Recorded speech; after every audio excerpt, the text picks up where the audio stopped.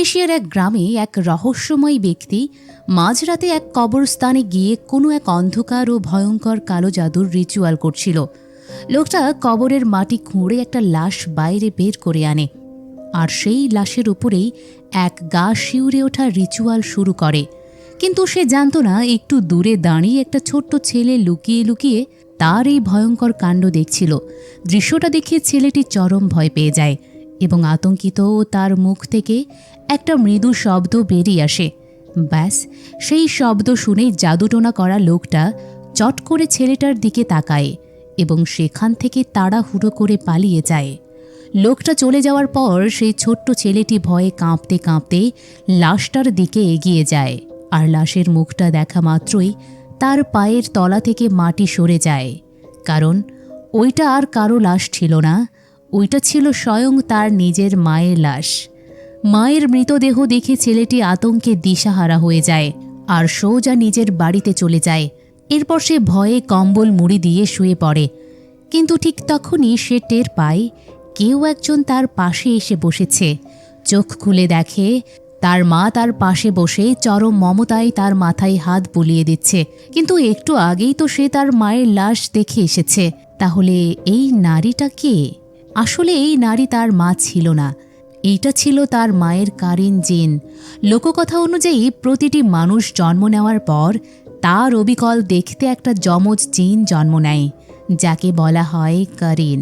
আর কবরস্থানের ওই লোকটা আসলে কালো জাদুর মাধ্যমে এই ছেলের মায়ের কারিন জিনটাকেই জাগিয়ে তুলেছে। এরপরে আমাদেরকে দেখানো হয় ফিত্রি, তার ভাই রিজাল এবং তার মাকে। তাদের মা আসলে প্যারালাইজড, বিছানা থেকে নড়তে পারে না। আমরা জানতে পারি ফিত্রি ওই গ্রামেরই একটি স্কুলের শিক্ষিকা, আর রিজালও ওই একই স্কুলে পড়াশোনা করে। একসময় তাদের মা ওই স্কুলের প্রিন্সিপাল ছিলেন। তারা ভাই বোন বের হয়ে যাওয়ার সময় তার মাকে আদর যত্ন করে ওষুধ খাইয়ে তারপর তারা চলে যায় স্কুলে। পরদিন ফিত্রি আর রিজাল যখন স্কুলের দিকে রওনা হয়, তখন দেখা যায় গ্রামের সব মানুষ ফিত্রিকে ভীষণ পছন্দ করে এবং সম্মান করে। যাওয়ার পথে ফিত্রির সাথে দেখা হয় গ্রামের নাইট ওয়াচম্যান সামিনের। এরপরে একটা লোককে আমরা দেখি, তার নাম মাকমুর। সে গ্রামে গ্রামে ঘুরে ময়লা আবর্জনা পরিষ্কার করার কাজ করে। আর সবচেয়ে ভয়ঙ্কর বিষয় হলো এই লোকটাই সেই লোকটা যে গল্পের শুরুতে কবর থেকে লাশ তুলে কালো জাদু করছিল। তবে লোকটাকে দেখে বোঝা যায় সে খুবই হতদরিদ্র একজন মানুষ। আর তখনই তার ঠিক পাশেই আমরা দেখতে পাই সেই ছোট্ট ছেলেটিকে, যে মুভির শুরুতে কবরস্থানের ওই ভয়ঙ্কর দৃশ্যটা দেখেছিল। এই ছেলেটার নাম জায়া। আর শকিং বিষয় হলো জায়া আর অন্য কেউ নয়, মাকমুরেরই সন্তান। তারা অত্যন্ত গরিব হওয়ার কারণে গ্রামের লোকের কাছে তাদেরকে বুলিংয়ের শিকার হতে হয়, বিশেষ করে তার ছেলেকে। স্কুলেও জায়াকে তার সহপাঠীদের একটা গ্রুপ নির্মমভাবে শারীরিক এবং মানসিক নির্যাতন করছিল। আর সেই নিষ্ঠুর গ্রুপের লিডার ধর্মা, যে এই গ্রামের প্রভাবশালী প্রধান ধর্মাবানের ছেলে। সেই গ্রুপে আরও আছে বায়ু, জাকি, ফাহরি এবং খোদ ফিত্রির ভাই রিজাল। নিজের একমাত্র সন্তানকে এভাবে পশুর মতো নির্যাতিত হতে দেখে বাবা মাকমুরের বুকটা ফেটে যাচ্ছিল। কিন্তু তার কষ্ট আর ক্ষোভ তখন আরও আকাশচুম্বী হয়ে ওঠে যখন সে দেখে আতি নামের এক মহিলার দোকানের সামনে ধর্মা আর তার দল জায়াকে মারধর করছে। অথচ ওই মহিলা তাদেরকে থামানোর বিন্দু মাত্র চেষ্টা করছে না। উল্টো ধর্মা ওই মহিলার মুখ বন্ধ রাখার জন্য তার হাতে কিছু একটা গুঁজে দেয়, যাতে এই খাবার বাইরে না ছড়ায়। নিজের ছেলের এই অবস্থা দেখে মাকমুর সোজা স্কুলের প্রিন্সিপাল গুন্তুর কাছে যায় এবং ধর্মাও তার বন্ধুদের নামে কমপ্লেইন করে। কিন্তু প্রিন্সিপাল গুন্তুর উল্টো মাকমুরকে ধমক দিয়ে বলে, ধর্মা হলো গ্রামের প্রধানের ছেলে, ওর বিরুদ্ধে কমপ্লেইন করলে সবারই সমস্যা হবে। তাছাড়া আর মাত্র কয়েকটা মাস, তারপরেই তো ধর্মা আর জয় স্কুল পাশ করে চলে যাবে। তাই প্রিন্সিপাল মাকমুরকে চুপচাপ থেকে সব সহ্য করার পরামর্শ দেয়। দুর্ভাগ্যবশত এই পুরো অন্যায় কথোপকথনটি আড়াল থেকে দাঁড়িয়ে শুনছিল শিক্ষিকা ফিত্রি। অসহায় মাকমুর তখন আইনের কাছেও অবহেলিত, সমাজের কাছেও একা। সে নিরুপায় হয়ে অফিস থেকে বেরিয়ে যেতে লাগলে ফিত্রি মাকমুরের সামনে গিয়ে দাঁড়ায় এবং আশ্বাস দেয় সে জায়াকে বাঁচানোর জন্য নিজের সাধ্যমতো সব চেষ্টাই করবে। মাকমুর চলে যাওয়ার পর ফিত্রি জায়াকে ডেকে জিজ্ঞাসাবাদ করে যে ধর্মা আর তার বন্ধুরা সত্যিই তাকে এভাবে নির্যাতন করে কিনা। প্রথমে তো ধার্মার ভয়ে জায়া মুখ খুলতে চাচ্ছিলই না, কিন্তু ফিত্রির আশ্বাসে সে কেঁদে ফেলে এবং তার উপর হওয়া সব অত্যাচারের কথা সে বলে ফেলে। স্কুল ছুটি হওয়ার পর ফিত্রি তার ভাই রিজালকে বলে আজকে যেন সে জায়াকে সাথে নিয়ে বাড়ি ফেরে, কিন্তু অবাধ্য রিজাল তার বোনের কথা তো শোনেই না, উল্টো জায়াকে একা ফেলে ধার্মা তার গ্যাংয়ের সাথেই চলে যায়। এরপরেই আমরা গ্রামের প্রধান ধার্মাবানকে দেখতে পাই। সে আসন্ন নির্বাচনের জন্য গ্রামে একটা বড় সভার আয়োজন করেছে। সেখানে গ্রামের আবাল বৃদ্ধ বনিতা থেকে শুরু করে স্কুলের সব শিক্ষকরাও উপস্থিত ছিল। সেখানেই আমরা ফিত্রি এবং স্কুলের আরেকজন শিক্ষক ধাইলকে দেখতে পাই, যারা ধার্মাবানের ভাষণ শুনছিল। তবে ফিত্রি এখানে ভাষণ শুনতে আসেনি, সে এসেছিল প্রিন্সিপাল গুন্থুরের সাথে দেখা করে ধার্মা ও তার বন্ধুদের নামে আবারও কমপ্লেন করতে। কিন্তু গুন্তুর তাকে এড়িয়ে বলে মিটিং শেষ হলে স্কুলে এসে দেখা করো। অগত্যা ফিত্রি ধাইলের সাথে বাড়ির উদ্দেশ্যে রওনা দেয়। অন্যদিকে জায়া যখন একা একা এক অন্ধকার রাস্তা দিয়ে বাড়ি ফিরছিল, তখন হঠাৎ ধার্মা এবং তার হিংস্র বন্ধুরা আবারও তাকে ঘিরে ধরে। আর এবার তারা সমস্ত মানবিকতার সীমা পার করে জায়ার শরীরে মানুষের মলমূত্র ছুঁড়ে মারে। জায়া চরম অপমান আর কান্নায় নিজের মুখ লুকিয়ে কোনো মতে বাড়ির দিকে দৌড়াতে থাকে। দৌড়াতে দৌড়াতেই সে মাঝ রাস্তায় হঠাৎ ফিত্রি আর ধাইলের সামনে এসে পড়ে। জায়ার শরীর থেকে তখন তীব্র দুর্গন্ধ আসছিল। পরিস্থিতি দেখে ধাইল আর ফিত্রি সেখান থেকে জায়াকে সরিয়ে নিয়ে যেতে থাকে। কিন্তু ঠিক তখনই ফিত্রির চোখ পড়ে একটু দূরে দাঁড়িয়ে থাকা ধার্মা আর তার বন্ধুদের ওপর, যারা জায়াকে নিয়েই হাসাহাসি করছিল। ফিত্রি মুহূর্তের মধ্যেই বুঝে যায় জায়ার এই নরকীয় অবস্থার পেছনে ওই ধার্মা এবং তার জানোয়ার বন্ধুদেরই হাত রয়েছে। তীব্র ক্ষোভ আর ন্যায়ের টানে ফিত্রি আর দেরি না করে সোজা স্কুলের দিকে রওনা দেয় এবং প্রিন্সিপাল গুন্তুরের অফিসের দরজায় গিয়ে দাঁড়ায়। অফিসের ভেতরটা ছিল ঘুটঘুটে অন্ধকার, আর সেই অন্ধকারের মাঝেই টেবিল ল্যাম্পের আলোতে বসে প্রিন্সিপাল গুন্তুর কোনো কাগজে সই করছিল। ফিত্রি ভেতরে ঢুকে বিরক্তি নিয়ে অফিসের মেইন লাইটের সুইচটা অন করে দেয়, আর লাইটটা জ্বলে ওঠার ঠিক পরের সেকেন্ডেই প্রিন্সিপাল গুন্তুর সেখান থেকে হাওয়া হয়ে যায়। পুরো ঘর ফাঁকা। ফিত্রি অবাক হয়ে গুন্তুরের টেবিলের দিকে এগিয়ে যায়, আর টেবিলের ওপাশে তাকাতেই তার কলিজা শুকিয়ে যায়। সেখানে পড়েছিল প্রিন্সিপাল গুন্তুরের বিভৎস লাশ, এমনকি তার চোখ দুটো উপড়ানো ছিল। এই নরকীয় এবং ভয়ঙ্কর দৃশ্য দেখে ফিত্রি আতঙ্কে বুক ফাটিয়ে চিৎকার করে ওঠে। ফিত্রির সেই চিৎকার শুনে স্কুলের বাকি শিক্ষকেরা, ছাত্ররা এবং ধাইল হন্তদন্ত হয়ে প্রিন্সিপালের অফিসের দিকে ছুটে আসে। কিন্তু ঘরে ঢুকে তো সবাই অবাক, কারণ সেখানে কেউই ছিল না। পুরো ঘর ফাঁকা, কোনো লাশের নাম নিশানাও নেই। কিন্তু ফিত্রি নিজের জায়গায় অটল। সে বারবার বলে সে নিজের চোখে এখানেই গুন্তুরের সেই বিভৎস লাশটা দেখেছে। খবর পেয়ে সেখানে পুলিশ অফিসার আসে। সে ফিত্রিকে শান্ত করে বলে তারা প্রিন্সিপাল গুন্তুকে খুঁজে বের করবে। এরপর ফিত্রি এক রাশ আতঙ্ক আর সংশয় নিয়ে নিজের বাড়িতে ফিরে যায়। পরদিন সকালে ফিত্রি তার ভাই রিজালকে সরাসরি জিজ্ঞেস করে সে এবং তার বন্ধুরা মিলে কি সত্যিই জায়াকে বুলি করে। রিজাল বোনের প্রশ্নের কোনো জবাব দেয় না, বরং সে বোনের উপরে রাগ দেখায় এবং খাবার না খেয়েই চলে যায়। ভাই চলে যাওয়ার পর ফিত্রি তার প্যারালাইসিসড মাকে খাবার দিতে ঘরে আসে। সে দেখে তার মা অঘরে ঘুমাচ্ছেন, আর মায়ের গায়ের পুরনো ব্ল্যাঙ্কেটটা ছিঁড়ে গেছে। ফিত্রি সেই ছেঁড়া ব্ল্যাঙ্কেটটা নিয়ে সোজা মাকমুরের বাড়ির দিকে রওনা হয়, কারণ মাকমুর যেহেতু গ্রামের আবর্জনা এবং ভাঙাচোরা জিনিসপত্র সংগ্রহ করত, তাই গ্রামের সবাই এই ধরনের বাতিল জিনিস তাকেই দিয়ে দিত। এতে বোঝা যায় গ্রামের সবচেয়ে দরিদ্র ব্যক্তি সে। তবে ফিত্রির মাকমুরের বাড়ি আসার পেছনে আরও একটা বড় কারণ ছিল। সে এসেছিল জায়াকে নিজের সাথে করে স্কুলে নিয়ে যেতে, যাতে আজকে আর কেউ তাকে মাঝ রাস্তায় একা পেয়ে নির্যাতন করতে না পারে। জায়াও ফিত্রির সাথে স্কুলে যেতে রাজি হয়ে যায়।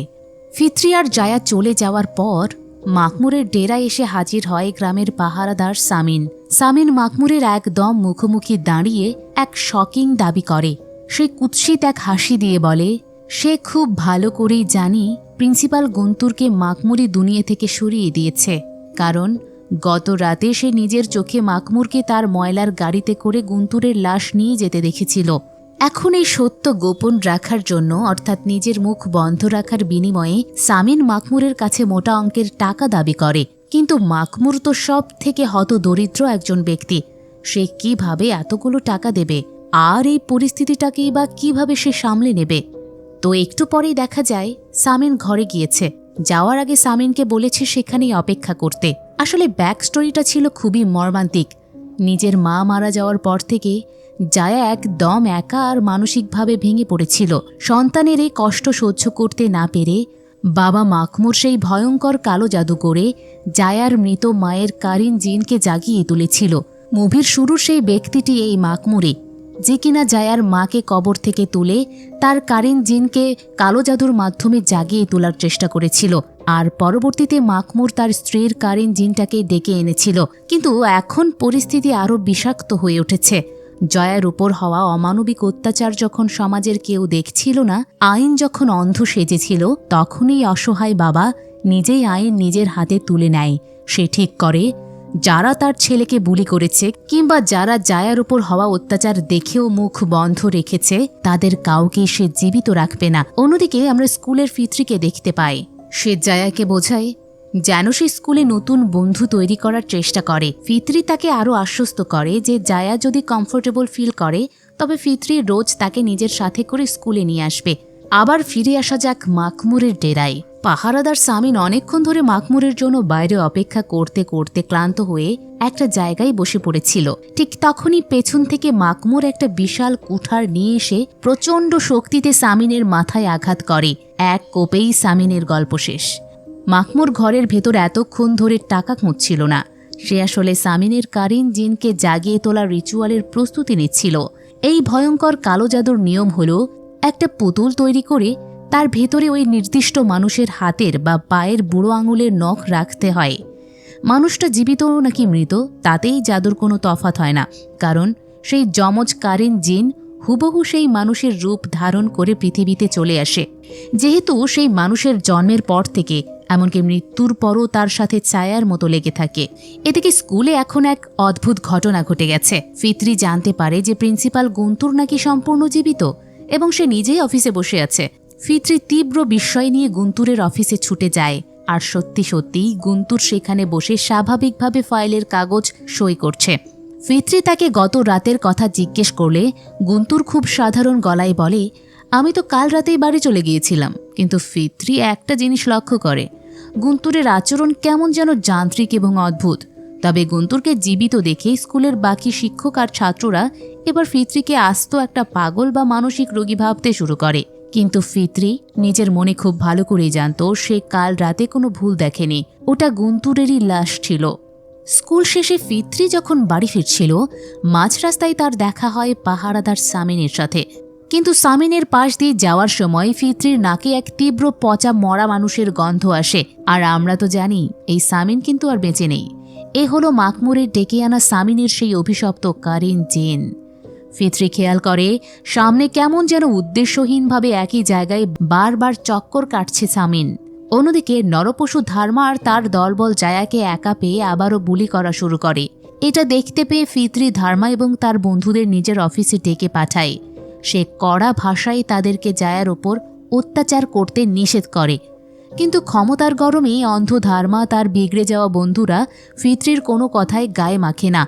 তবে এই গ্রুপটার মধ্যে রিজালের মুখের এক্সপ্রেশন দেখে পরিষ্কার বোঝা যাচ্ছিল সে আর এই নোংরা দলে থাকতে চায় না। কিন্তু তার মনে একটা চরম ভয় কাজ করছিল। সে জানত যদি সে আজ ধার্মার দল ছেড়ে দেয় তবে কাল জায়ার জায়গায় তাকেও নরক যন্ত্রণা সহ্য করতে হবে। ফিত্রি ধমক দিয়ে তাদের সবাইকে অফিস থেকে বের করে দেয়। কিন্তু অফিসের বাইরে বের হওয়া মাত্রই ধার্মা আর তার গ্যাং বাথরুমের সামনে জায়াকে একা পেয়ে যায়। তারা জায়াকে ঘিরে ধরে নির্মমভাবে মারধর করতে শুরু করে। আর এবার তারা সমস্ত পৈশাচিকতার সীমা অতিক্রম করে জয়ার শরীরের ওপরে প্রস্রাব করে দেয়। এমনকি তাকে চরমভাবে সেক্সুয়াল অ্যাসল্টও করা হয়। রিজাল এটা দেখে আর সহ্য করতে না পেরে মিথ্যা বলে ওঠে, ওই যে ফিত্রি আপা এদিকেই আসছে। ফিত্রির ভয়ে তারা জায়াকে ছেড়ে দেয়, কিন্তু যাওয়ার আগেই ধার্মা রিজালকে শাসিয়ে যায়, যদি তুই আমাদের বিরুদ্ধে এক পাও বাড়াস তবে জায়ার জায়গায় তোর বোন ফিত্রির অবস্থা আমরা এর চেয়েও খারাপ করব। চিন্তা করে দেখুন এরা কতটা নিচে নেমে গেছে যে নিজের স্কুলের শিক্ষিকা নিয়েও এমন নোংরা কথা বলতে এদের বুকও কাঁপছে না। অর্থাৎ তারা সম্পূর্ণ বকে যাওয়া স্টুডেন্ট। সব জায়গাতেই তারা ক্ষমতার অপব্যবহার করছে। তো চরম অপমান আর অপদস্থ হয়ে জায়া যখন কাঁদতে কাঁদতে বাড়ি ফেরে, তার ওই বিধ্বস্ত চেহারা দেখেই বাবা মাকমুর চোখের পলকে বুঝে যায় আজকে আবার ওই জানোয়ারগুলো তার ছেলের ওপর নরক নামিয়ে এনেছিল। ঠিক তখনই জায়ার ঘরে অন্ধকার ফুঁড়ে হাজির হয় তার মৃত মায়ের সেই কারিন জিন। আর তখনই ফ্ল্যাশব্যাকে আমরা দেখতে পাই জায়ার মায়ের মৃত্যু আসলে কিভাবে হয়েছিল। এক রাতে জায়ার মা টেবিলে বসে পড়াশোনা করতে গিয়ে ঘুমিয়ে পড়েছিলেন। হঠাৎ অসাবধানতাবশত তার হাত লেগে পাশের জ্বলন্ত হারিকেনটি মেঝেতে পড়ে ভেঙে যায়, আর মুহূর্তের মধ্যেই পুরো ঘরে দাও দাও করে জ্বলে ওঠে আগুন। আর সেই জ্বলন্ত আগুনের লেলিহান শিখায় পুড়ে ছাই হয়ে যায় জায়ার মা। এমন সময় মাকমুরের বাড়িতে এসে হাজির হয় ফিতরি। সে মাকমুরকে বলে সে ধর্মার বিরুদ্ধে একটা বড় অ্যাকশন নিতে চায়, কিন্তু তার জন্য জায়ার জবানবন্দি বা কনফেশন দরকার। কিন্তু মাকমুর ফিতরিকে সাফ জানিয়ে দেয়, তুমি বড়জোর একজন সামান্য স্কুল টিচার, তুমি এদের কিচ্ছু করতে পারবে না। আর জায়া আমার ছেলে, ওর ব্যবস্থা আমি নিজেই করে নেব। নিরুপায় এবং হতাশ হয়ে ফিতরি সেখান থেকে নিজের বাড়ির দিকে রওনা দেয়। বাড়ি ফিরে ক্লান্ত ফিতরি ঘুমিয়ে পড়ে, কিন্তু মাঝরাতে হঠাৎ করে একটা শব্দে তার ঘুম ভেঙে যায়। সে দেখে তার অসুস্থ মায়ের হাত থেকে একটা প্লেট নিচে পড়ে ভেঙে গেছে এবং তার মা অসহায়ভাবে কাঁদছেন। মা কাঁদছিলেন কারণ এই বয়সে ফিতরিকে তার সমস্ত দেখভাল করতে হচ্ছে। ফিতরি নরম মমতায় তার মাকে জড়িয়ে ধরে বলে, এতগুলো বছর তুমি আমাদের আগলে রেখেছ মা, তোমার জন্য এই সামান্যটুকু ত্যাগ আমি করতেই পারি। এই বলে ফিতরি মায়ের কোলেই মাথা রেখে ঘুমিয়ে পড়ে। কিন্তু এখানেই গল্পে এক বিশাল টুইস্টের জন্ম হয়। এই ধর্মা আর তার দলবল আজ নতুন নয়, বহু বছর ধরে জায়াকে বুলি করে আসছে। আর যখন ফিতরির মা এই স্কুলের প্রিন্সিপাল ছিলেন, তখন মাকমুর ধর্মাদের বিরুদ্ধে লিখিত অভিযোগ নিয়ে এসেছিলেন। কিন্তু ফিতরির মা যখন জানতে পারেন এই অত্যাচারী দলের মধ্যে তার ছেলে রিজালও জড়িত, তখন নিজের ছেলেকে বাঁচানোর জন্য তিনি মাকমুরের সেই কমপ্লেন ফাইলটি চেপে যান। কোনো অ্যাকশনই তিনি নেননি। তার মানে ফিতরির মাও পরোক্ষভাবে জয়ার এই নরকীয় জীবনের জন্য দায়ী ছিলেন, কারণ সেদিন যদি তিনি ব্যবস্থাটা নিতেন তবে আজকে জায়াকে এই দিনটা দেখতে হতো না। আর মাকমুর এই সত্যটা জানত। পরদিন সকালে ফিতরির ফোনের অ্যালার্ম বেজে উঠলে দেখা যায় তার মা একাই ফ্রেশ হওয়ার জন্য উঠে যাচ্ছেন। অর্থাৎ তিনি পুরোপুরি প্যারালাইসিসড ছিলেন না, কিছুটা নড়াচড়া করতে পারতেন। কিন্তু ঠিক তখনই প্রতিশোধের আগুনে অন্ধ মাকমুর ফিতরির ঘরে প্রবেশ করে এবং ফিতরির মাকেও নির্মমভাবে হত্যা করে তার লাশ সেখান থেকে গায়েব করে দেয়। সকালে যখন ফিতরির ঘুম ভাঙে, সে দেখে তার স্কুলে যাওয়ার অনেক দেরি হয়ে গেছে। সে তাড়াহুড়ো করে রান্নাঘরে যায় এবং যা দেখে তা দেখে সে নিজের চোখকেই বিশ্বাস করতে পারে না।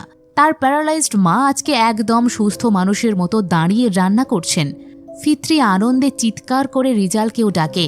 দুই ভাই বোন তাদের মাকে এভাবে সুস্থ হতে দেখে খুশিতে আত্মহারা হয়ে পড়ে। কিন্তু আনন্দের অতিশয্যে ফিতরি লক্ষ্যই করেনি যে তার মায়ের আচরণ কেমন যেন অদ্ভুত, আর তার নাক দিয়ে টপ টপ করে রক্ত ঝরছে। ফিতরির মা আলতো করে মুখটা মুছে নেন, সেই সাথে ফিতরির দিকে তাকান একটা ক্রিপি লুক দিয়ে।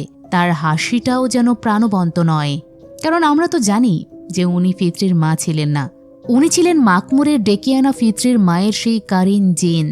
মাকমুরের প্ল্যানটা ছিল নিখুঁত।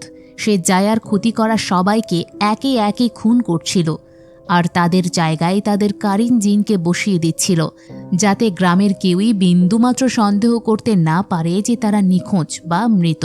এরপর ফিতরি স্কুলে গিয়ে প্রিন্সিপাল গুন্তুরকে আবারও ধর্মাদের বিরুদ্ধে কমপ্লেন ফাইল করার জন্য চাপ দেয়। কিন্তু সেই নকল গুন্তুর ফিতরির কোনো কথাই শুনছিল না। সে রোবটের মতো অনবরত শুধু কাগজের পর কাগজ সই করেই যাচ্ছিল। ফিতরি যখন জোর করে ধর্মাদের নাম লেখা কাগজটা তার চোখের সামনে ধরে, তখনই গুন্তুর হঠাৎ হিংস্র এবং অদ্ভুত আচরণ শুরু করে এবং অফিসের সমস্ত কাগজ চারিদিকে ছুঁড়ে ফেলে দেয়। গুন্তুরের এমন পাগলামি দেখে ফিতরি সোজা চলে যায় গ্রামের প্রধান ধর্মাবানের বাড়িতে। সে চিফকে তার ছেলে ধর্মার সমস্ত কুকীর্তির কথা খুলে বলে। সব কিছু শুনে চিফ লোক দেখানোর নাটক হিসেবে তার ছেলে ধর্মাকে ডেকে সবার সামনে 2-3টা কষিয়ে থাপ্পড় দেয় এবং ফিতরির কাছে ক্ষমা চায়। এমনকি ফিতরির মুখ বন্ধ করার জন্য সে তাকে টাকাও দিতে চায়। কিন্তু ফিতরি সেই ঘুষের টাকা প্রত্যাখ্যান করে সেখান থেকে চলে আসে। বাড়ি ফেরার পথে ফিতরি আতির দোকান থেকে কিছু সওদা কেনে। সে আতিকে জিজ্ঞেস করে ধর্মা আর তার বন্ধুরা জায়াকে বুলি করে কিনা। আতি নিজের দোকান বাঁচানোর জন্য মিথ্যা বলে, আমি তো এসবের কিছুই জানি না। ঠিক তখনই আতির ছোট নাতনি নিসা ফিতরিকে ফিস করে ইশারা দিয়ে দোকানের বাইরে ডেকে নিয়ে আসে। বাইরে তখন পাহারাদার সামিন হেঁটে যাচ্ছিল। নিসা সামিনের দিকে আঙুল তুলে ফিতরিকে এক শকিং কথা বলে, আপা, ওই লোকটা কিন্তু সামিন চাচা নয়, ও অন্য কেউ। কিন্তু ফিতরি একটা ছোট বাচ্চার এই অদ্ভুত কথাকে বাচ্চাদের কল্পনা ভেবে অতটা পাত্তা দেয় না। তবে এই ব্যাপারটা তাকে ভাবায়। এরপর সে নিজের বাড়িতে ফিরে যায়। বাড়ি ফিরে সে দেখে তার মা সকালে যে খাবারটা রান্না করেছিলেন দুপুরেও হুবহু সেই একই খাবারই আবার টেবিলে সাজিয়ে রেখেছেন। ফিতরি যখন সেই খাবার মুখে দিতে যাবে তখনই সে আতঙ্কে জমে যায়। খাবারের ভেতরে গিজ গিজ করছে জীবন্ত পোকা, আর সেই পোকাগুলো একে একে টপ টপ করে পড়ছে খোদ ফিতরির মায়ের মুখ থেকে। এই নারকীয় দৃশ্য দেখে ফিতরি ভয়ে চিৎকার করে পিছিয়ে যায়। অন্যদিকে ধার্মা তার বন্ধুদের নিয়ে আতির দোকানে বসে আড্ডা দিচ্ছিল। তার মনে হচ্ছিল ফিতরি যে চিফের কাছে কমপ্লেন করেছে তা নিশ্চিত এই জায়ার বুদ্ধিতেই করেছে। তাই জায়াকে চরম শিক্ষা দেওয়ার জন্য সে বায়ু আর ফাহরিকে পাঠায় মাকমুরের বাড়ি থেকে জায়াকে টেনে হিঁচড়ে তুলে আনতে। রিজাল ধার্মাকে বারবার বারণ করে, কিন্তু ধার্মা তার কোনো কথাই শোনে না। রাস্তা দিয়ে যাওয়ার সময় বায়ু আর ফাহরির সাথে দেখা হয়ে যায় আবর্জনা পরিষ্কার করা মাকমুরের। তারা মাকমুরের কাছে জায়ার খোঁজ জানতে চাইলে মাকমুর খুব শান্ত গলায় বলে, জায়া তো বাড়িতেই আছে। তারা দুজন বাড়ির দিকে এগোতে থাকে। অমনি পেছন থেকে মাকমুর তার ভারী ময়লার গাড়িটা দিয়ে প্রচণ্ড গতিতে তাদের দুজনকে ধাক্কা দিয়ে মাটিতে ফেলে দেয়। এরপর মাকমুর তার সেই নোংরা আবর্জনা তোলার ধারালো লোহার হুকটা দিয়ে একের পর এক আঘাত করে বায়ু আর ফাহরিকে অত্যন্ত বীভৎসভাবে খুন করে। আসলে মাকমুরকে এই রূপ ধারণ করতে এই সমাজই বাধ্য করেছিল। মাকমুর তাদের দুজনকে টেনে হিঁচড়ে নিজের ডেরায় নিয়ে আসে আর তাদের নখ কেটে পুতুলের ভেতরে পুরে তাদের কারিন জিনকে হাজির করে ফেলে। কিন্তু ঠিক তখনই মাকমুরের ল্যাবে এক অদ্ভুত ঘটনা ঘটে। সে লক্ষ্য করে ফিতরির মায়ের জন্য যে পুতুলটা বানিয়েছিল সেটার ভিতরে কেমন যেন একটা ছটফটানি শুরু হয়েছে।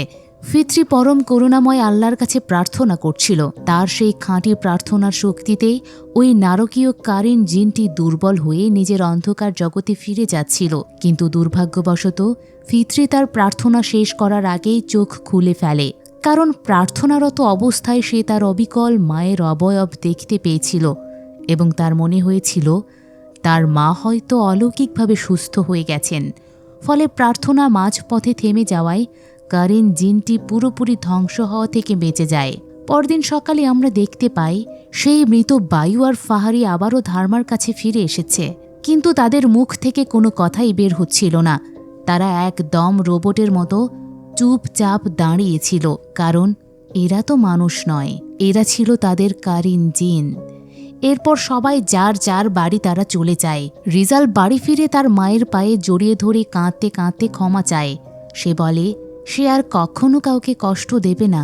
সে মন দিয়ে পড়াশোনা করে ভালো রেজাল্ট করে মাকে গর্বিত করবে। কিন্তু তার মা রিজালের এই আবেগঘন কথার জবাবে কোনো রিয়াকশনই দেন না।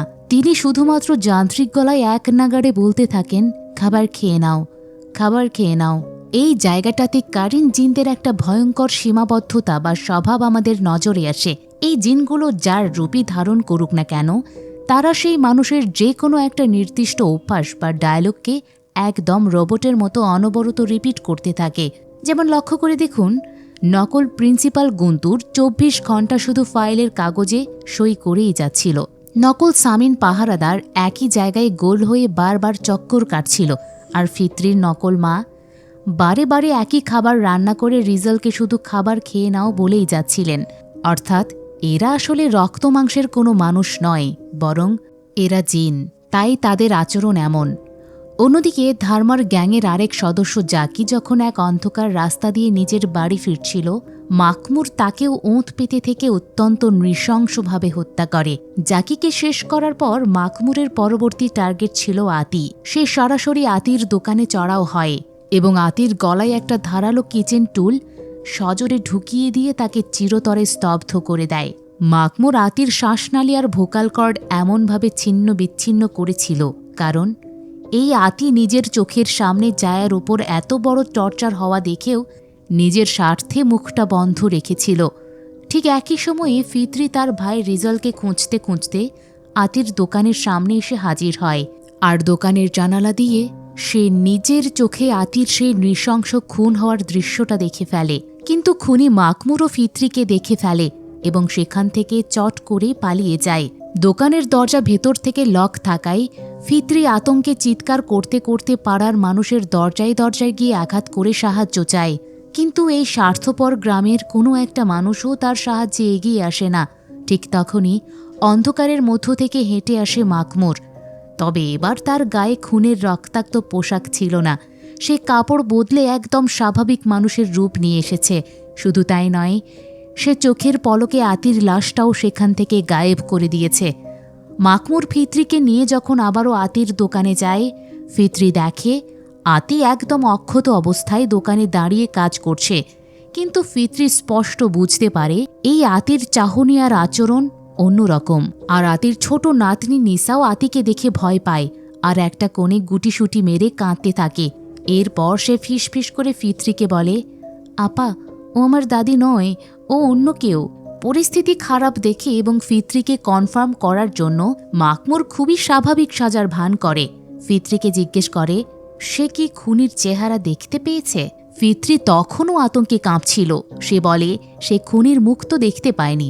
মাকমুর তখন মনে মনে স্বস্তির নিঃশ্বাস ফেলে ফিতরিকে বলে, তুমি বাড়ি গিয়ে বিশ্রাম নাও, কারণ তুমি যদি এভাবে একের পর এক জীবিত মানুষকে মৃত দাবি করতে থাকো তবে গ্রামের মানুষ তোমাকে পাগল ভাববে। ফিতরি আর কোনো উপায় না দেখে বাড়ি ফিরে যায়, কিন্তু তার মন মানছিল না। পরদিন সকালে সে তার ভাই রিজালকে ডেকে সব কথা খুলে বলে।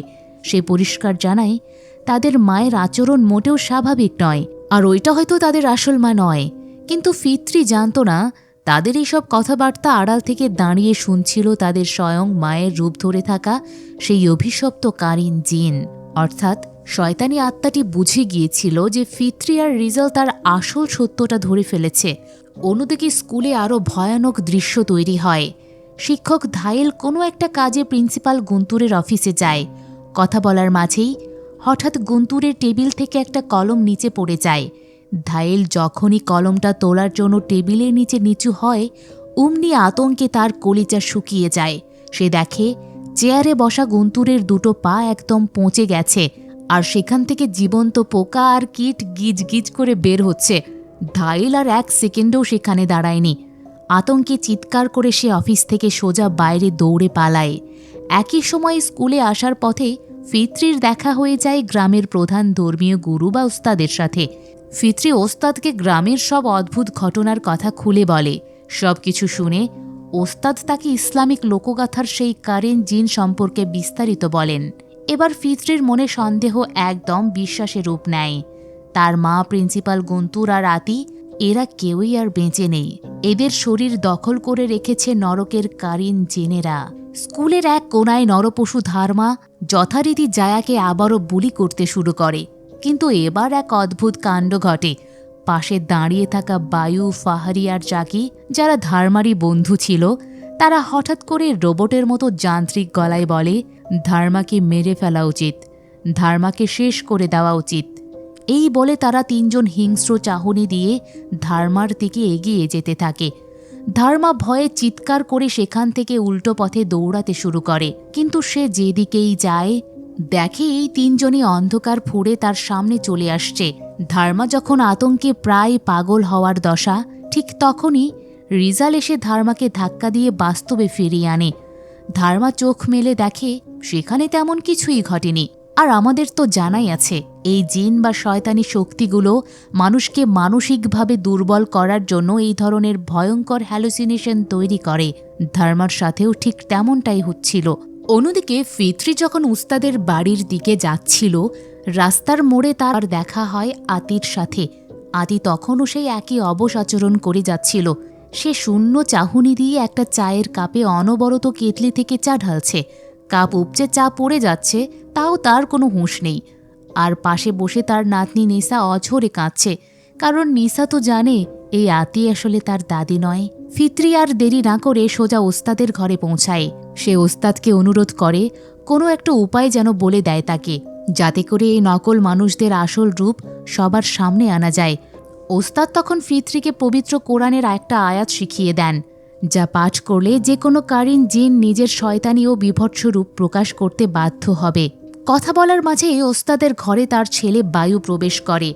বায়ুর চাহনি ছিল একদম স্থির আর মৃত মানুষের মতো। ওস্তাদ তাকে কিছু জিজ্ঞেস করলেও সে কোনো জবাবই দেয় না।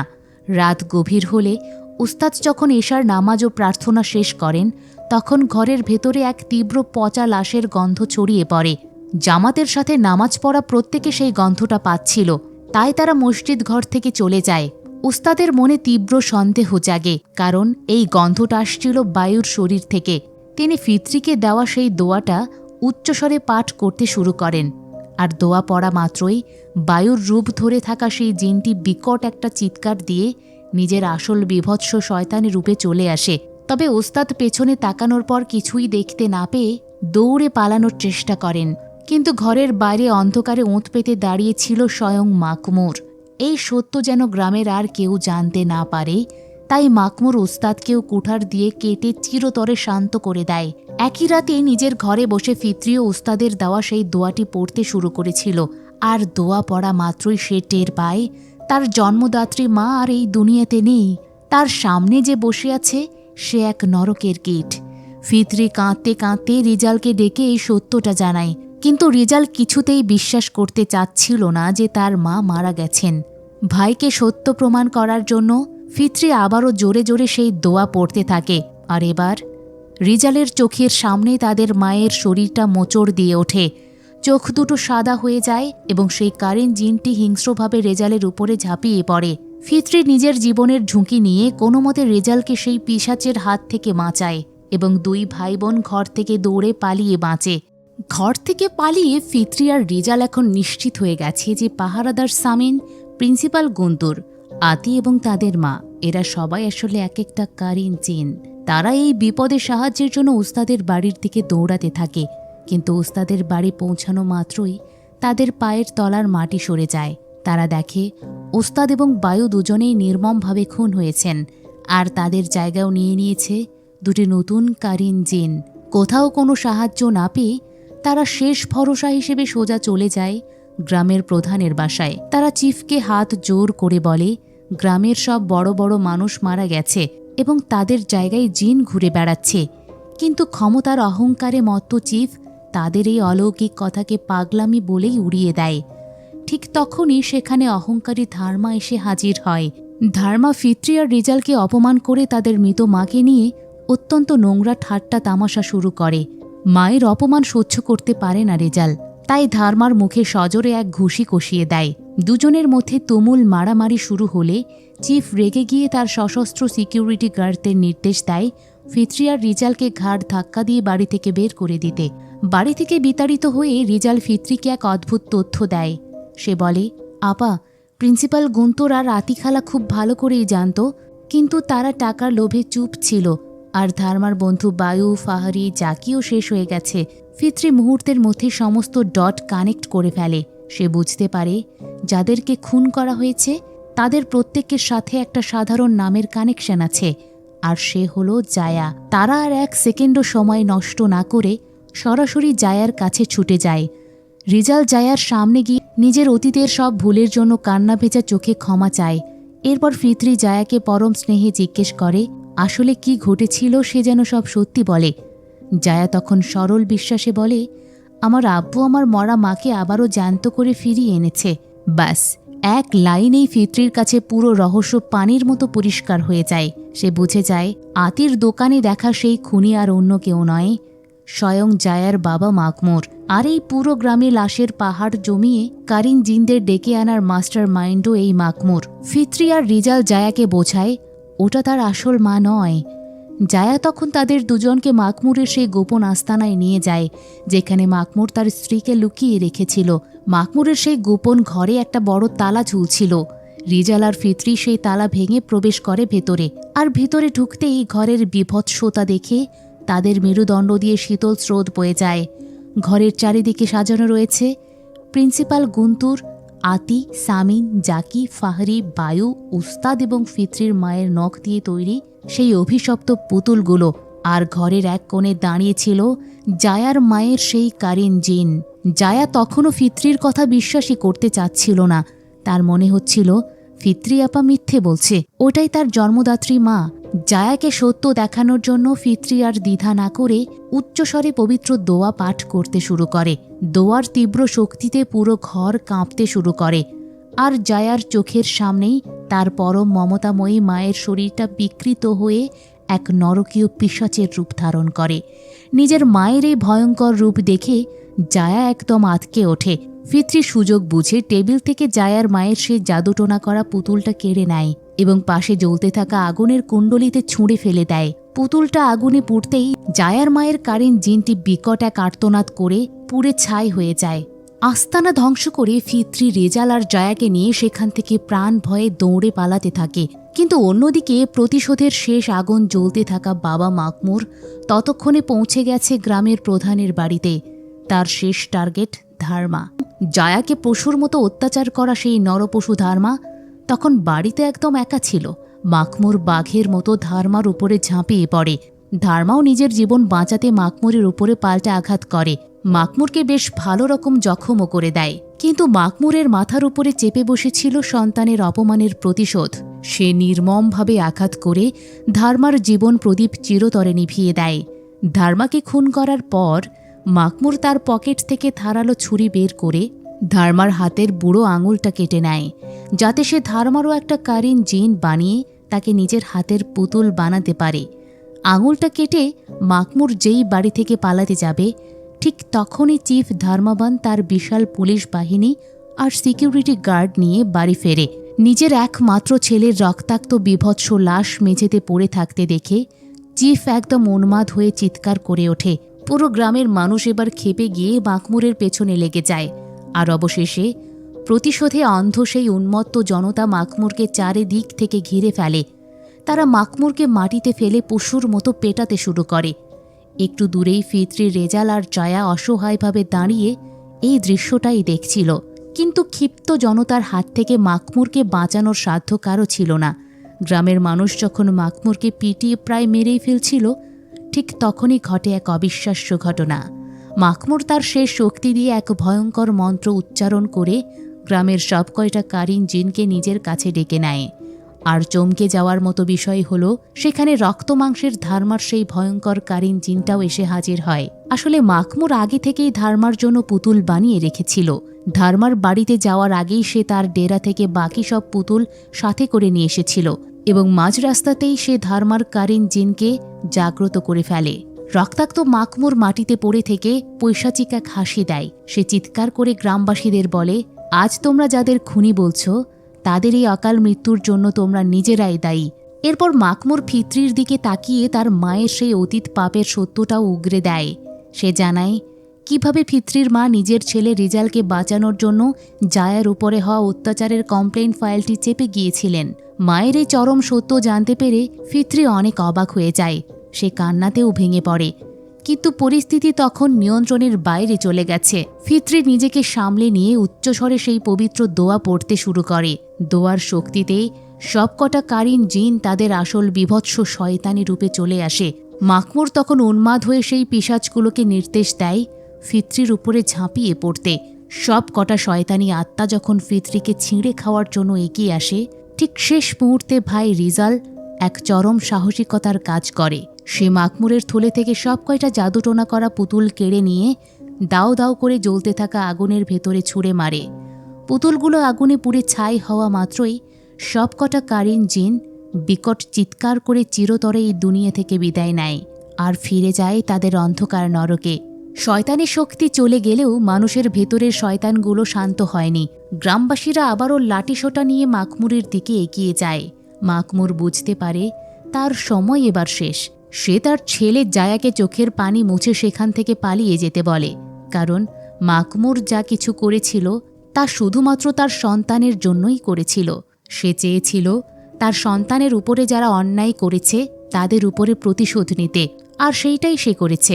তবে সে এইটা চায়নি যে তার পাপের ভাগিদার হয়ে তার নিষ্পাপ সন্তানটাও মরে যাক। এরপর গ্রামের মানুষ পশুর মতো পিটিয়ে পিটিয়ে অসহায় বাবা মাকমুরের জীবন প্রদীপ চিরতরে নিভিয়ে দেয়। এখানেই শেষ নয়, ক্ষুব্ধ জনতা এবার জায়াকেও মারতে তেড়ে আসে, কিন্তু রিজাল ঢাল হয়ে দাঁড়ায় আর গ্রামের মানুষকে আটকানোর চেষ্টা করে। আর সেই সুযোগে ফিত্রি জায়াকে নিয়ে গ্রামের সীমানার বাইরে চলে আসে এবং তাকে সেখান থেকে অনেক দূরে কোথাও পালিয়ে যাওয়ার কথা বলে, কারণ জায়া যদি এই গ্রামে থাকত তবে গ্রামের মানুষ তাকেও পিটিয়ে মেরে ফেলত। পরের দিন সকালে গ্রামে এসে পৌঁছেছে ফরেন্সিক টিম আর পুলিশ বাহিনী।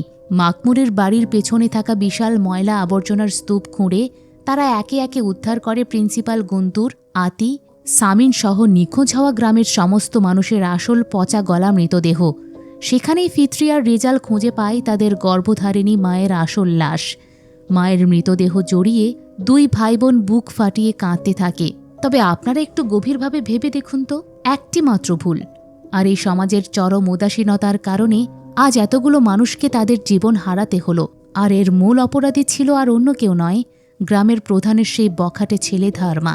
তার সেই অমানবিক বুলিং আর অত্যাচারের কারণেই আজ এই শান্ত গ্রামটা লাশের শ্মশানে পরিণত হলো। গ্রামের সবাই যদি শুরুতে চুপ না থাকত, প্রিন্সিপাল বা শিক্ষকেরা যদি ধর্মার বিরুদ্ধে একটা শক্ত অ্যাকশন নিত, তবে আজ মাকমুরের মতো একজন সাধারণ বাবাকে কখনো এমন নরপিশাচ সাজতে হতো না। এজন্যই হয়তো বলা হয় যে ভিলেনরা কখনো জন্ম নেয় না, এই সমাজে নিজ হাতে ভিলেন তৈরি করে। তবে গল্পের কাহিনী এখানেই শেষ হয়নি। কয়েক মাস পরে দেখা যায় এত ঝড় ঝাপটার পর অবশেষে রিজাল তার স্কুল গ্র্যাজুয়েশন কমপ্লিট করে। ফিত্রি তার ভাইয়ের দিকে তাকিয়ে এক বুক গর্ব অনুভব করছিল। রিজাল আজ তার মায়ের সেই স্বপ্ন পূরণ করেছে। সবকিছু দেখে মনে হচ্ছিল, যাক, অবশেষে একটা হ্যাপি এন্ডিং হলো, গল্পটা বোধহয় এখানেই শেষ। কিন্তু না, ইন্দোনেশিয়ান হরর মুভি এত সহজে শেষ হওয়ার পাত্র নয়। এদের আসল খেলা তো তখনও বাকি ছিল। সিনেমার একদম শেষে আমাদের একটা পোস্ট ক্রেডিট সিন দেখানো হয়, যেখানে দেখা যায় ছোট্ট জায়া তার বাবা মাকমুরকে লুকিয়ে লুকিয়ে সেই কারিন জিন জাগ্রত করার কালো জাদুর রিচুয়াল করতে দেখেছিল, আর জায়া সেই পুরো বিষয়টা নিজের মাথায় গেঁথে নিয়েছিল। এরপরেই আমাদের জায়াকে আবারও দেখানো হয়। আমরা দেখতে পাই জায়া সেই একই কালো জাদুর নিয়ম মেনে একটা পুতুল বানায় আর তার নিজের মৃত বাবা মাকমুরের কারিন জিনকে এই দুনিয়াতে ডেকে এনেছে। তার মানে বুঝতে পারছেন, এই গল্পের পরবর্তী ভয়ঙ্কর ভিলেন আর অন্য কেউ নয়, এই ছোট্ট জায়া। সে মাকমুরের সমস্ত রিচুয়াল এবং কালো জাদু পুরোপুরি শিখে নিয়েছে। আর এবার এই গ্রামের উপর আরও 1 কোটি গুণ বেশি বড় শয়তানি অভিশাপ নেমে আসতে চলেছে। এরপরেও কি ফিত্রি আর রিজাল বেশি দিন সেফ থাকতে পারবে, তা তো দেখা যাবে পরের পার্টে। তো বলুন, আজকের মুভিটি আপনাদের কেমন লেগেছে?